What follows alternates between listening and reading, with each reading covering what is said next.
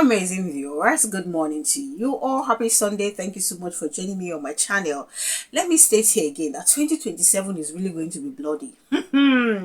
Right now we have seen how things are going. We've seen friends, turn enemies, e.g. Erofai, and of course Tinubu. We've seen enemies turn friends. Now we can see Erofai also, moving hand in hand with Atiku Abubakar and some other people that he has in the past, seen as enemies. Okay, so, and right now also, there's an addition, Peter Obi and Kenneth Okonkwo, though I doubt if Peter Obi is really going to respond to this, but I believe he might just want to, drop one or two messages on his social media handle.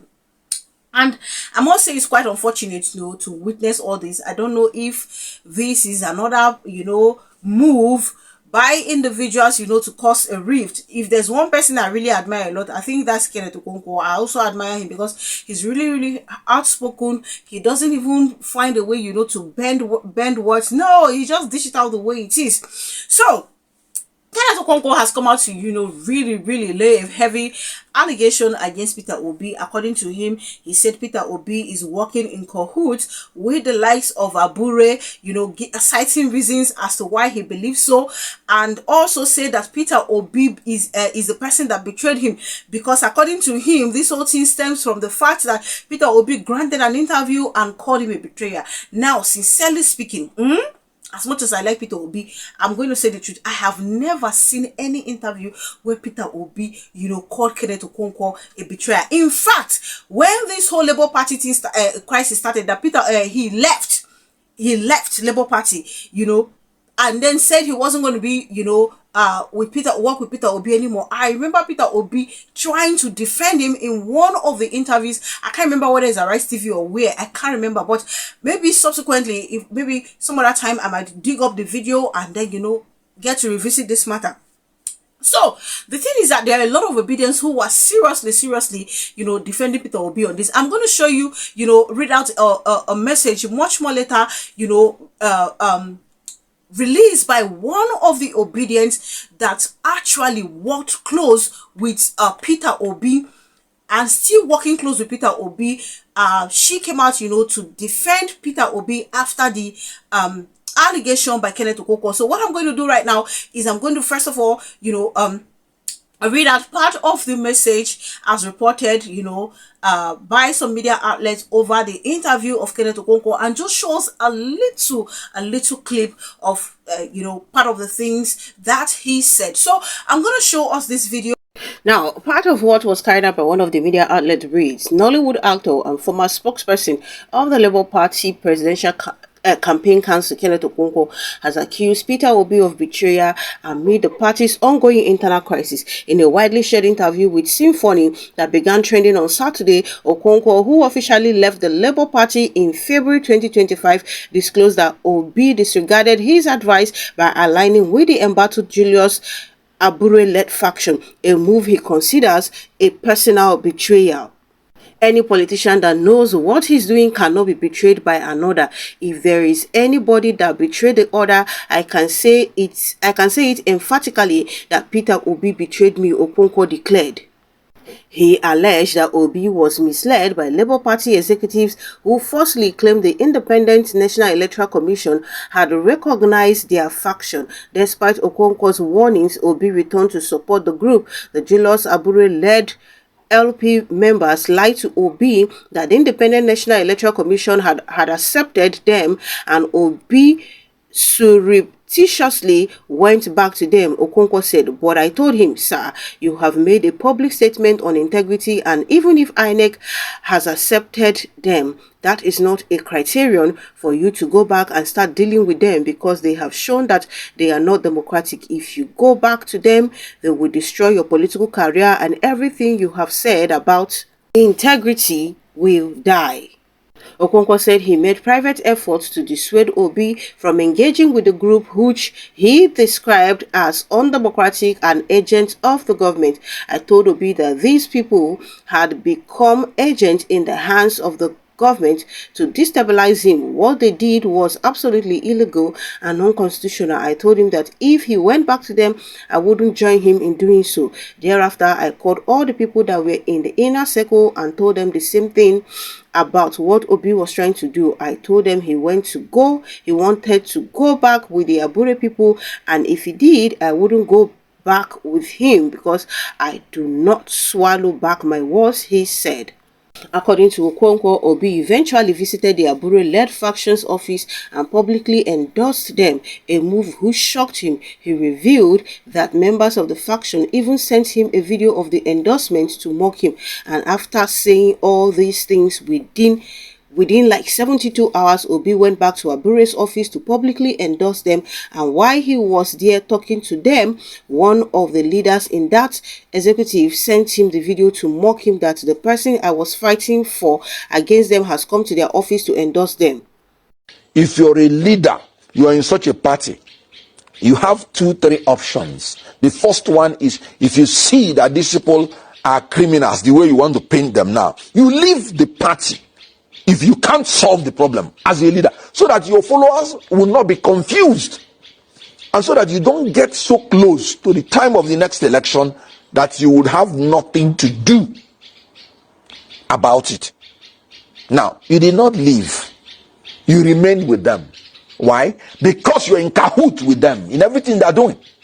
In all the primaries that the Abure them organized, none was organized without Obi's approval, whether in Imo, whether in Edo, whether in Ondo, and now in Anambra. And that was why Obi campaigned for all the candidates that came out of it.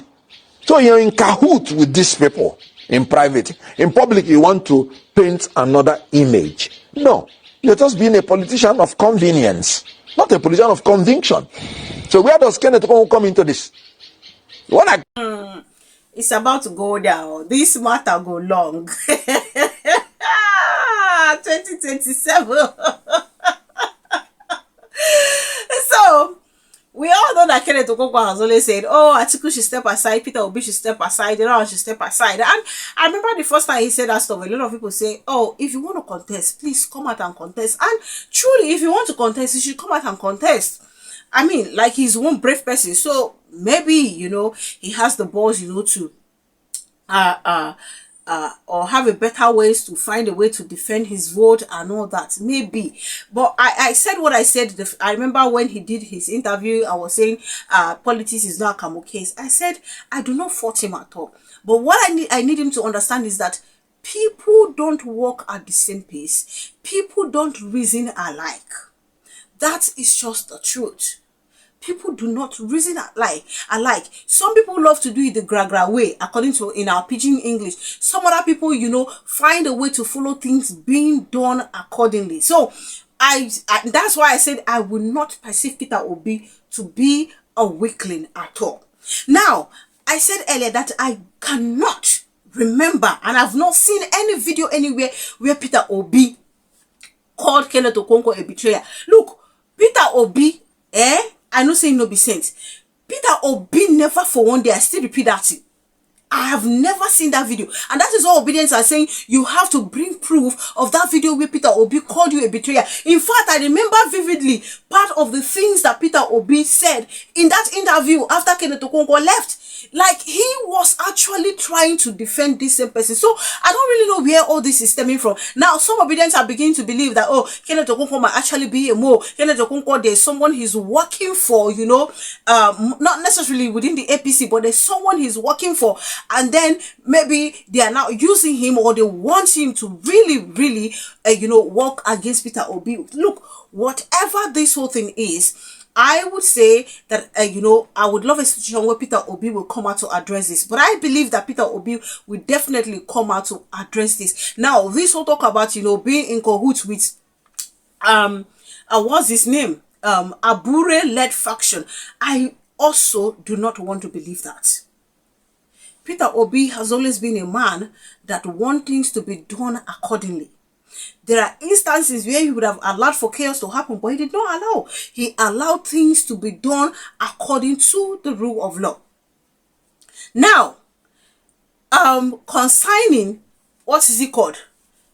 this whole matter, if Peter Obi had the mind, or he's working with Abure, like this man said, I have a question, that is bogging my mind concerning that. If truly he's doing so, then why would he, the likes of Nenadi, the likes of Alex Oti, why would they meet in Abia State? Which, of course, prompted, what's his name, Julius Abure to react. Why would he go as far as doing so? Why would he go as far as also meeting them at the caretaker committee and talking about, what they have resolved, and talking about how to solve the party problem, and talking about, look, there must be a reason why His Excellency Peter Obi did not leave the Labour Party in the first place, as was his name again, prescribed. There must be a reason, as he suggested. There must be a reason. Right now, not be here now that they complain, say, okay, they don't even know what to do. If he moved to the SDP, will he be giving the ticket?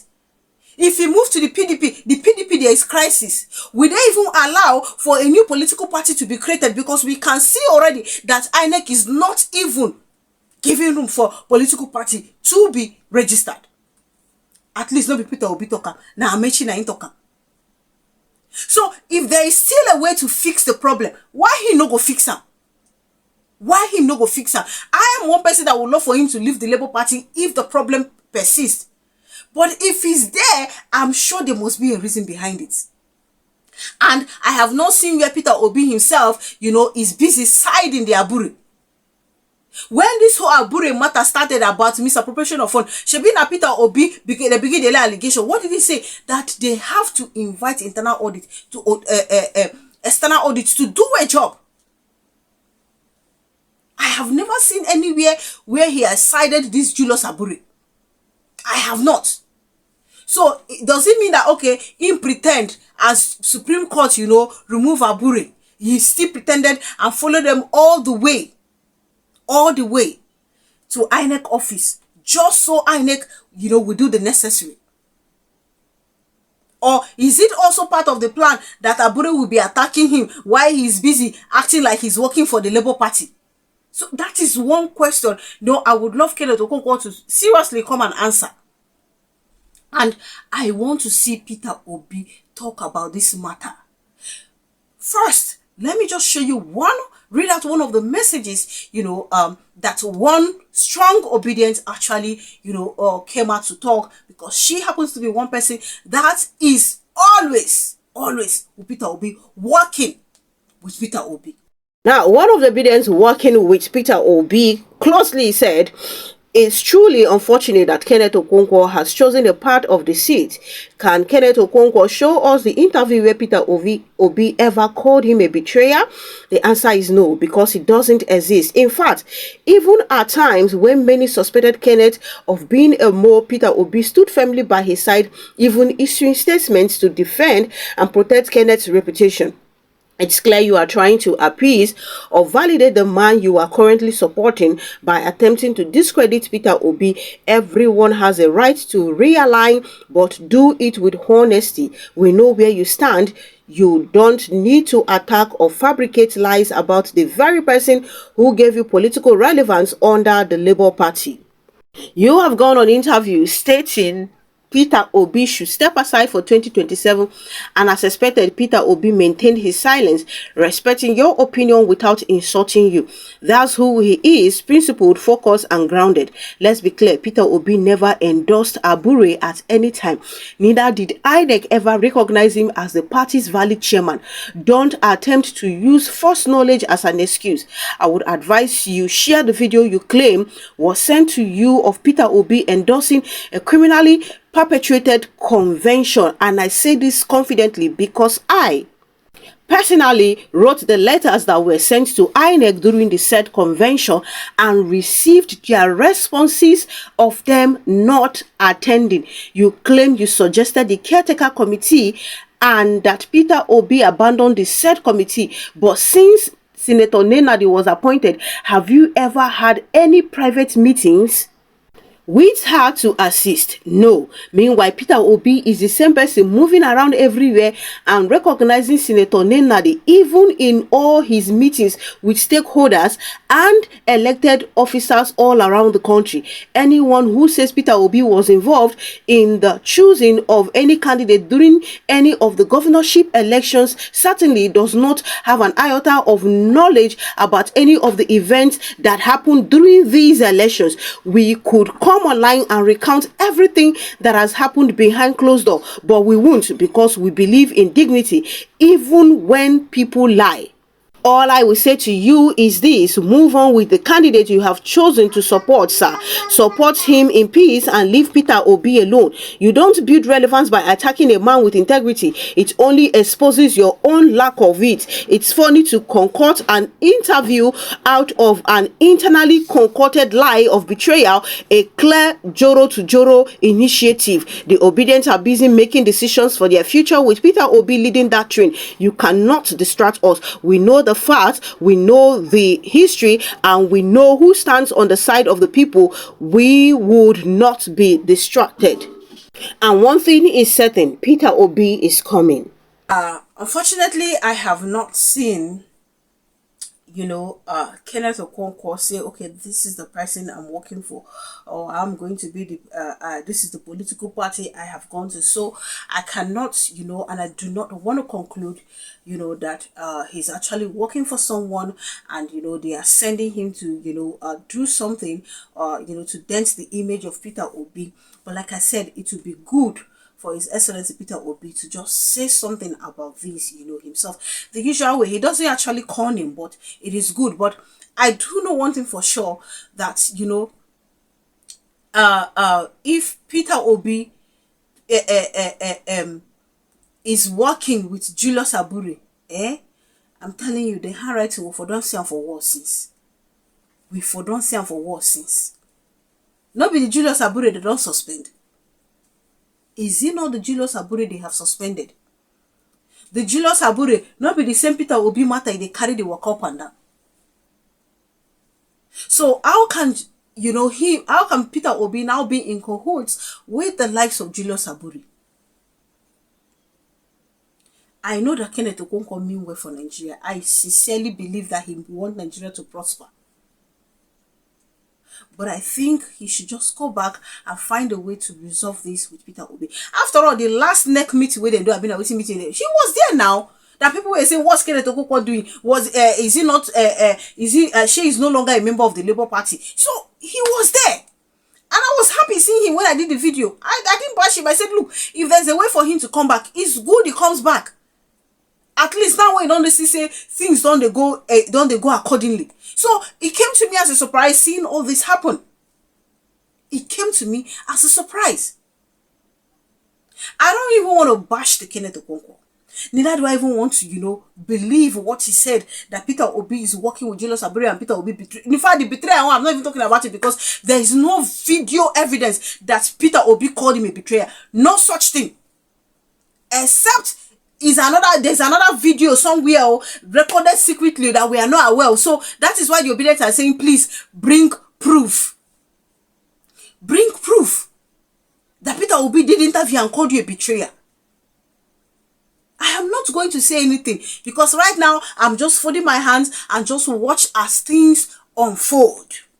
Because trust me, before 2027 election, we are going to see a lot of character. We are going to see a lot of things happen.